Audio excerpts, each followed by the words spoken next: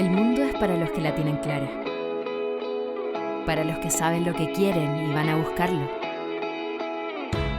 Saben qué música escuchar, qué deporte hacer, qué teléfono tener, a quién seguir, qué postear, de qué hablar, cuándo divertirse y qué elegir.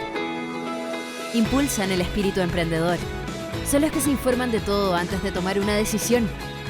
¿Cuál es la carrera que los apasiona? ¿En qué trabajar? ¿Dónde viajar? Quieren sobresalir.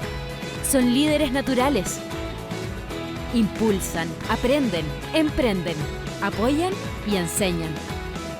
Necesitan una universidad que piense igual que ellos, donde todos puedan proyectarse más allá del aula, perfeccionarse, globalizarse, validarse, porque los que la tienen clara no quieren esperar y no se conforman con ser uno más. La importancia de tener las cosas claras. Universidad Mayor, para espíritus emprendedores.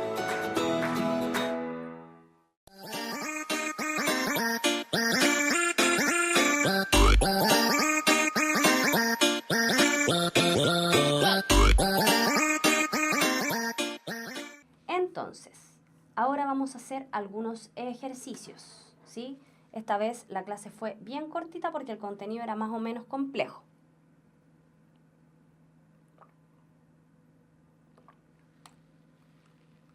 Pregunta número 1. Atentos todos. ¿Cuál de las siguientes estructuras de las células musculares esqueléticas almacena iones calcio? Las miofibrillas, las mitocondrias, los túbulos T, los sitios activos de la actina, el retículo sarcoplásmico. ¿Cuál es la correcta?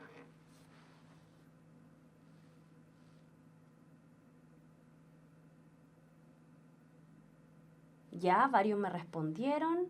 Eduardo, León, qué gusto verlos. En esta clase han sido leales a estas clases, siempre participando. La respuesta correcta, chicos, es la E, el retículo sarcoplásmico. ¿Sí? Recuerden que se encarga de almacenar los iones calcio.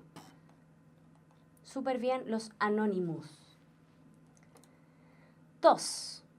El control involuntario de la ventilación pulmonar es realizado por el bulbo raquídeo, el cerebelo, el sistema nervioso somático.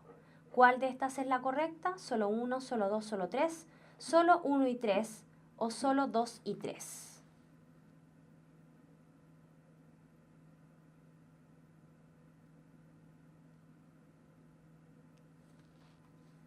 ¿Tengo respuestas?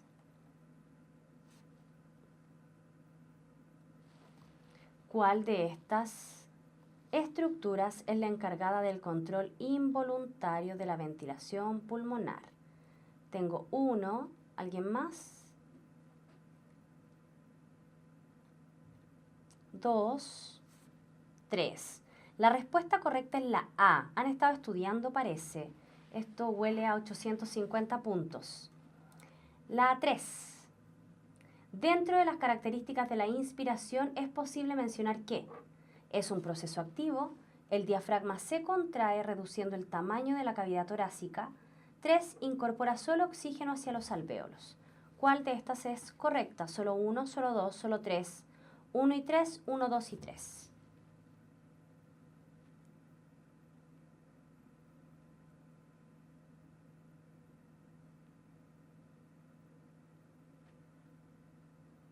¿Cuál es la correcta?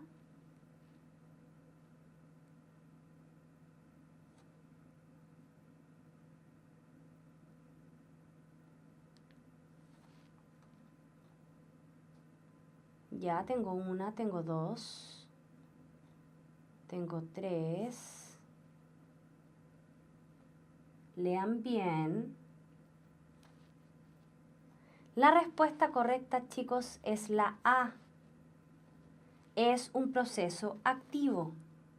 Fíjense que no puede ser C porque no incorpora solo oxígeno hacia los alvéolos. Dentro de los alvéolos son ellos los que determinan qué pasa y qué no pasa. Pero a los alvéolos llega todo el aire.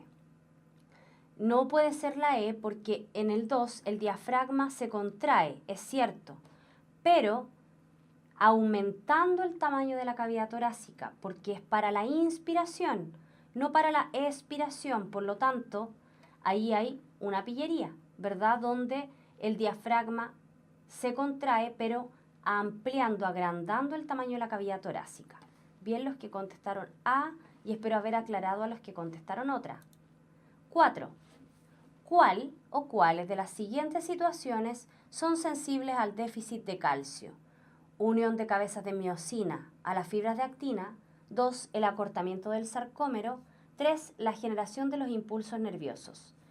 ¿Cuál va a ser la correcta? ¿Solo 1, solo 2, solo 3, solo 1 y 2, 1 y 3?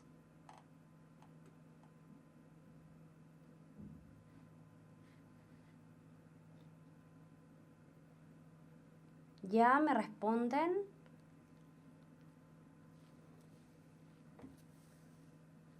¿Cuál es la respuesta correcta?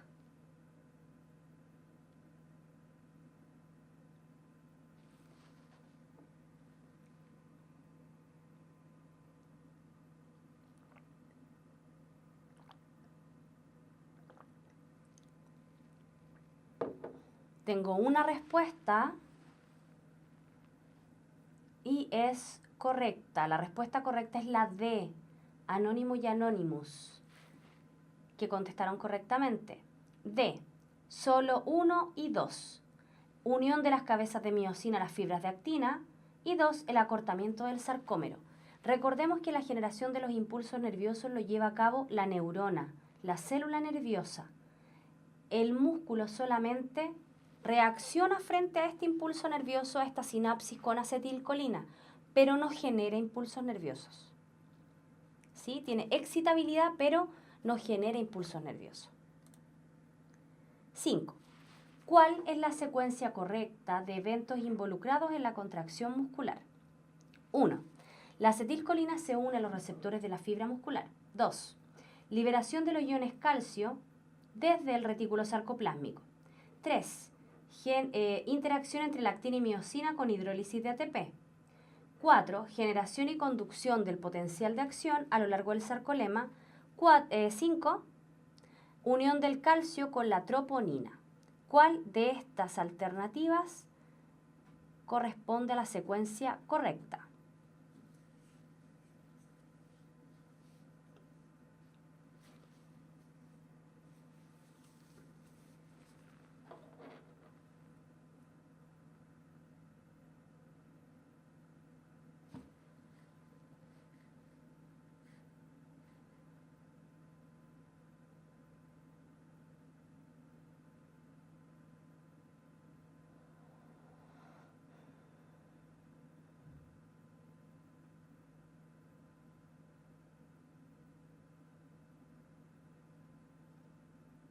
Ya tengo 1, tengo 2 y Anónimo es el que está en lo correcto, pero dudaste.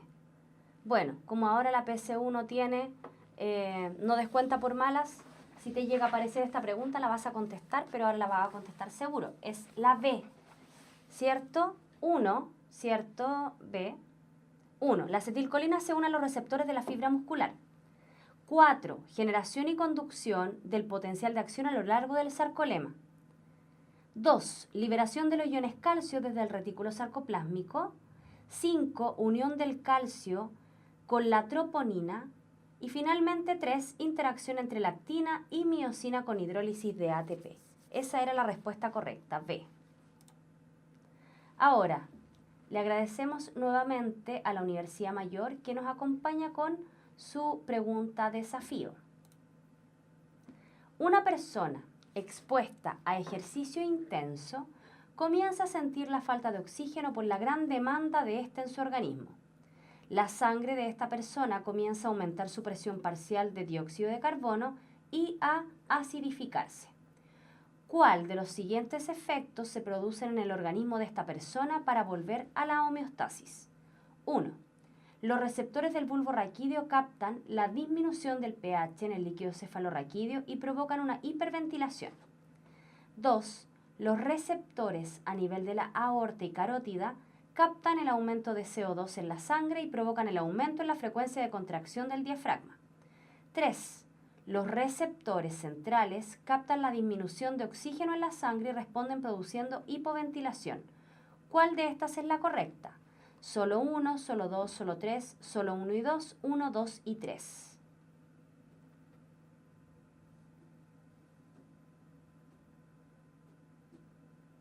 ¿Cuál de estas, chicos, es la correcta?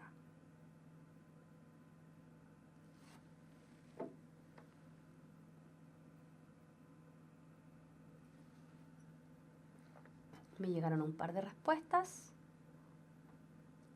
Como bien dice Anonymous, es la D. ¿Sí? ¿Por qué razón? Porque nos dice que al individuo le falta oxígeno por el aumento en la demanda de este gas. Por lo tanto, aumenta el dióxido de carbono en la sangre y además se acidifica la sangre. Esto va a provocar que se activen los quimiorreceptores periféricos por el aumento del CO2 y además que el bulbo raquídeo también capte la disminución en el pH. Se va a provocar una hiperventilación porque hay que oxigenar y los receptores de la aorta y la carótida van a estimular también la contracción del diafragma para poder botar el dióxido de carbono en exceso. Lo que no va a ocurrir es que se va a producir una hipoventilación. Recuerden el concepto, hipo es de disminuir. Por lo tanto, si yo necesito mayor cantidad de oxígeno, necesito una hiperventilación, no una hipoventilación. ¿Sí? Le damos las gracias a la Universidad Mayor con su pregunta desafío. 7. ¿Cuál de las siguientes situaciones no impediría que ocurra la contracción del músculo esquelético en una persona? A. Estructuralmente los túbulos T no se conectan con el retículo sarcoplásmico. B. El complejo troponina-tropomiosina se aleja del sitio de unión para la miosina.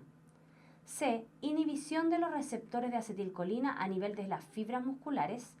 D. Una sustancia X bloquea el sitio de unión del calcio en la troponina. E. Agotamiento de ATP por ejercicio intenso. ¿Cuál creen ustedes que va a ser la correcta? ¿Cuál de estas situaciones no va a impedir que ocurra la contracción muscular?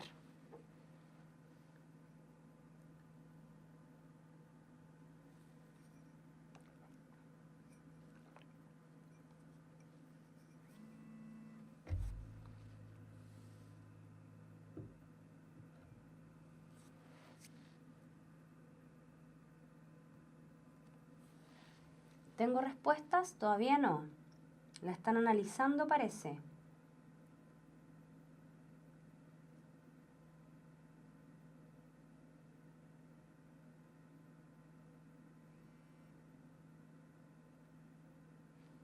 Aún no.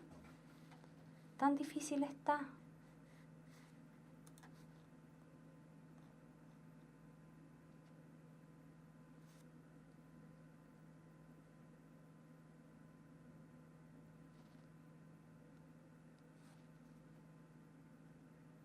Ya tengo 2 respuestas hasta el momento.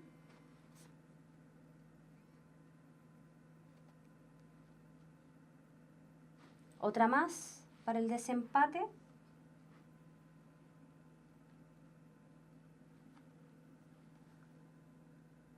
Ya tengo 2 más y sigo sin poder empatarlo. La respuesta correcta, chicos, es la B. ¿Sí?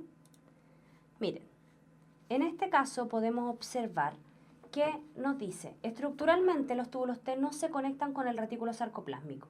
Si esto llegara a ocurrir, no va a poder ocurrir contracción muscular porque los túbulos T deben activar al retículo sarcoplásmico.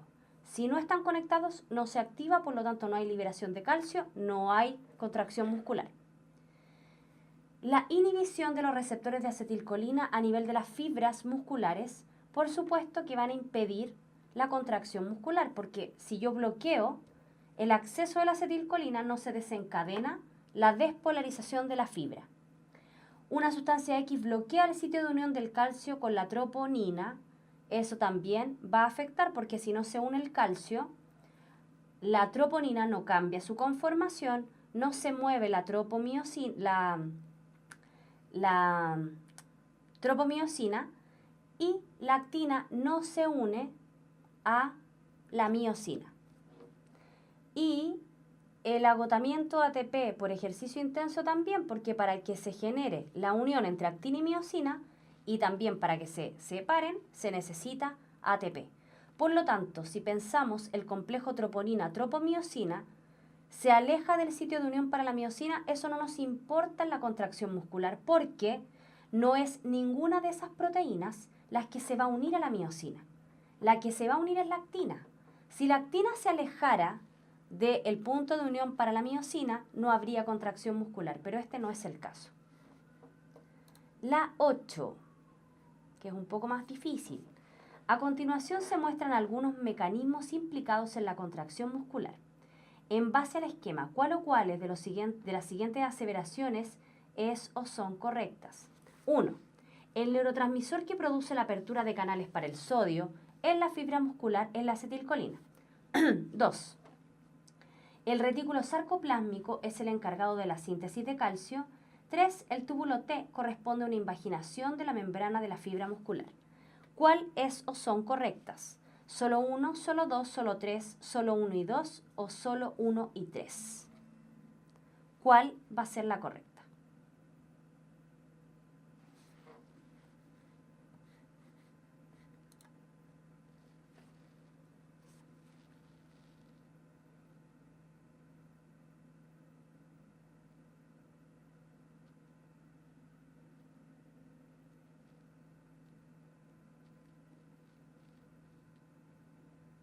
Chicos, la respuesta correcta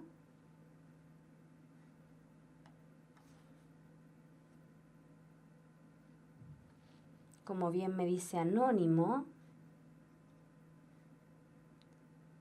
es la E.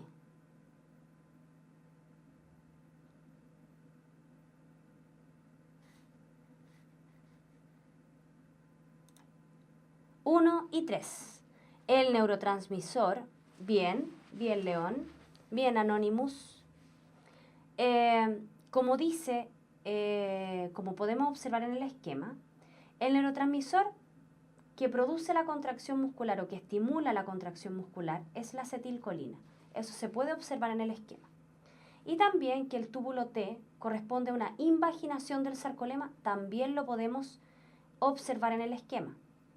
Ahora bien, el retículo sarcoplásmico almacena calcio, no lo sintetiza. Por esa razón no puede ser la número 2.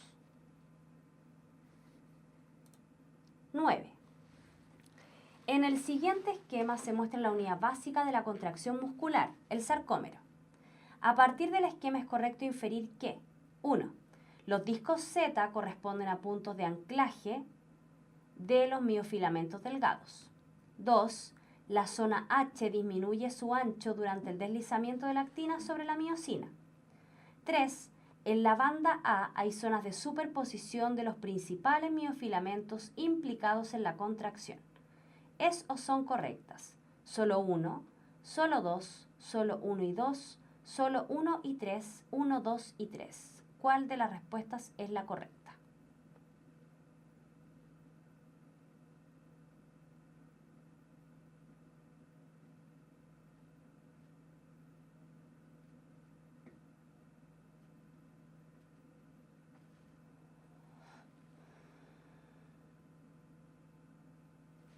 ¿Tengo ya respuestas? Este chat está lento.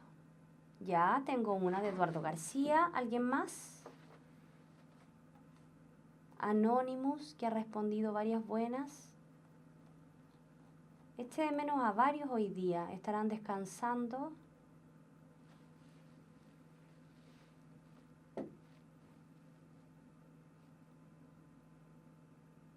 Ahí tengo a León, Anonymous. Perfecto, la respuesta correcta es la E. Bien Eduardo, bien León, bien Anonymous. La respuesta correcta era la E, o sea, todas. Si se fijan en el esquema, los discos Z corresponden a los puntos de anclaje. Desde ese lugar salen los filamentos delgados. La zona H disminuye, por supuesto, su ancho porque en la contracción se acerca el filamento delgado hacia el centro y por lo tanto se acerca a la línea M, ¿cierto? Que nos muestra ahí, acortando la zona H.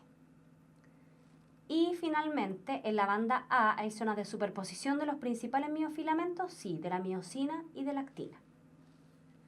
Muy bien. 10. A continuación se representa la ventilación pulmonar, proceso que consiste en dos movimientos, la inspiración y la expiración. Ahí le falta una L a mi pregunta. Se sabe que un gas, al aumentar el volumen, disminuye la presión, por lo tanto se puede concluir que la relajación del diafragma provoca un aumento de volumen en la caja torácica. B.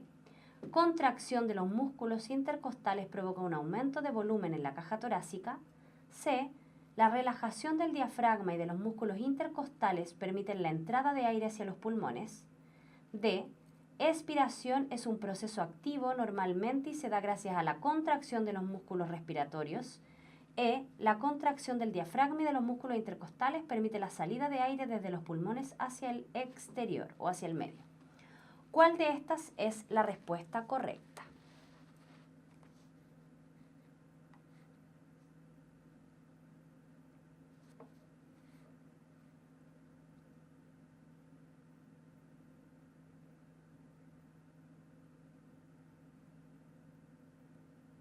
Chicos, respuesta correcta.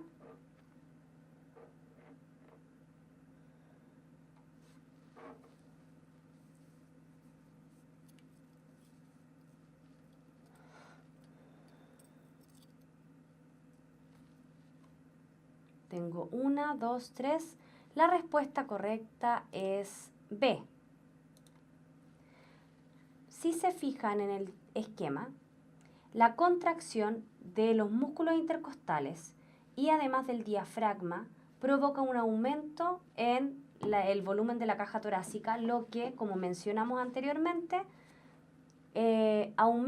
disminuye la presión en su interior y eso permite que el aire ingrese de manera pasiva, ¿sí?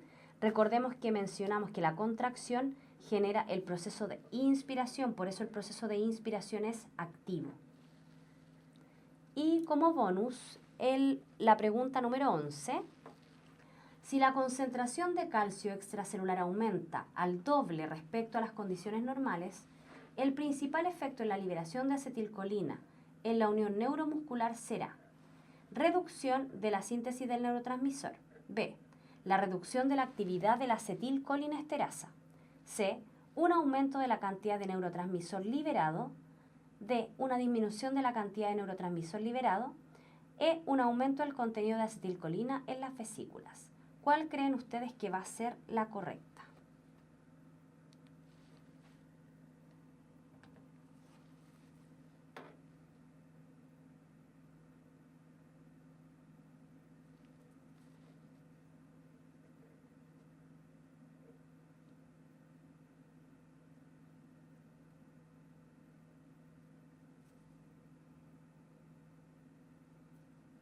Aún esperamos.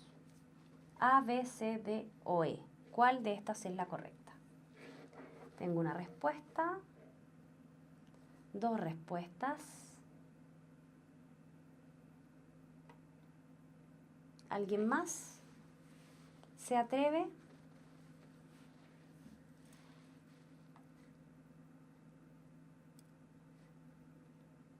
La respuesta correcta, chicos, es la C. Bien. Si pensamos, cuando aumenta el calcio extracelular, en condiciones normales, el efecto en la liberación de acetilcolina será un aumento también en la liberación de la acetilcolina. Esto debido a que al haber un aumento de calcio, se va a liberar más neurotransmisor y se va a activar con mayor intensidad al músculo, en la unión neuromuscular. En este caso, la acetilcolinesterasa, recuerden que todo lo terminado en asa es una enzima. Por lo tanto, la acetilcolinesterasa lo que hace es desarmar a la acetilcolina e inactivarla cuando es necesario sacarla del lugar donde está presente. Ahora, sus dudas. ¿Existe alguna duda hoy o antes? Además de querer saber qué es lo que vamos a ver en la próxima clase, que ya les voy a decir.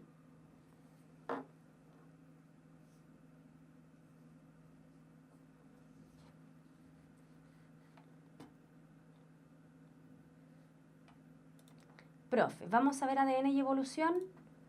Sí, vamos a ver ADN y evolución. La próxima clase vamos a ver evolución, luego vamos a ver adaptación y la última vamos a repasar los conceptos clave de ADN. Profe, ¿qué necesito saber de terapia génica? Lo que necesitas saber de terapia génica es principalmente lo que hace referencia al complejo mayor de histocompatibilidad, a la generación de anticuerpos, por ejemplo. Porque ustedes saben que ese contenido, ese eje, habitualmente se pregunta unido a el área de la salud. ¿Qué vimos en la clase pasada? Vimos las anomalías inmunológicas. ¿Y cuántas clases quedan? Yo diría que nos quedan, ahí me pregunta Eduardo, me pregunta Verónica, yo creo que nos quedan, ¿cuándo es la PSU? ¿Se acuerdan? Es como en 4 semanas más. Entonces yo creo que el viernes justo antes de la PSU es donde se hace la última clase. ¿Sí? Entonces nos deberían quedar como 3 o 4 clases. Muchas gracias, León. Usted también, que tenga una buena tarde. ¿Qué debemos saber del cáncer? Lo que debes saber es cómo se descontrola el ciclo celular. Cuando el ciclo celular se descontrola es cuando se desencadena el cáncer. Eso es lo que tiene que estudiar. Anonymous, una petición. ¿Podrían subir la clase dentro de la semana, por favor? Lo voy a dejar aquí anotado para que tengan consideración con su pedido.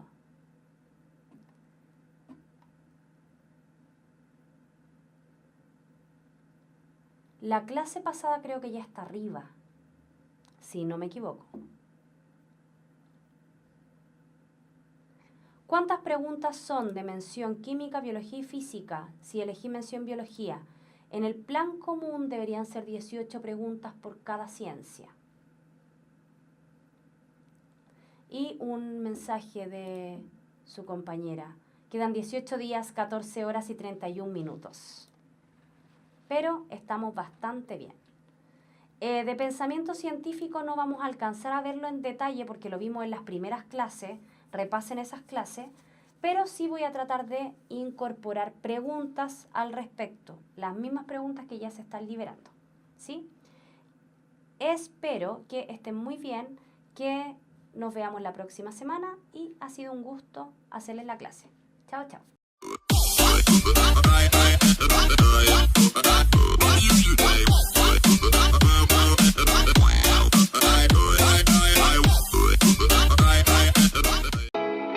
El mundo es para los que la tienen clara, para los que saben lo que quieren y van a buscarlo. Saben qué música escuchar, qué deporte hacer, qué teléfono tener, a quién seguir, qué postear, de qué hablar, cuándo divertirse y qué elegir. Impulsan el espíritu emprendedor. Son los que se informan de todo antes de tomar una decisión. ¿Cuál es la carrera que los apasiona? ¿En qué trabajar? ¿Dónde viajar? Quieren sobresalir. Son líderes naturales.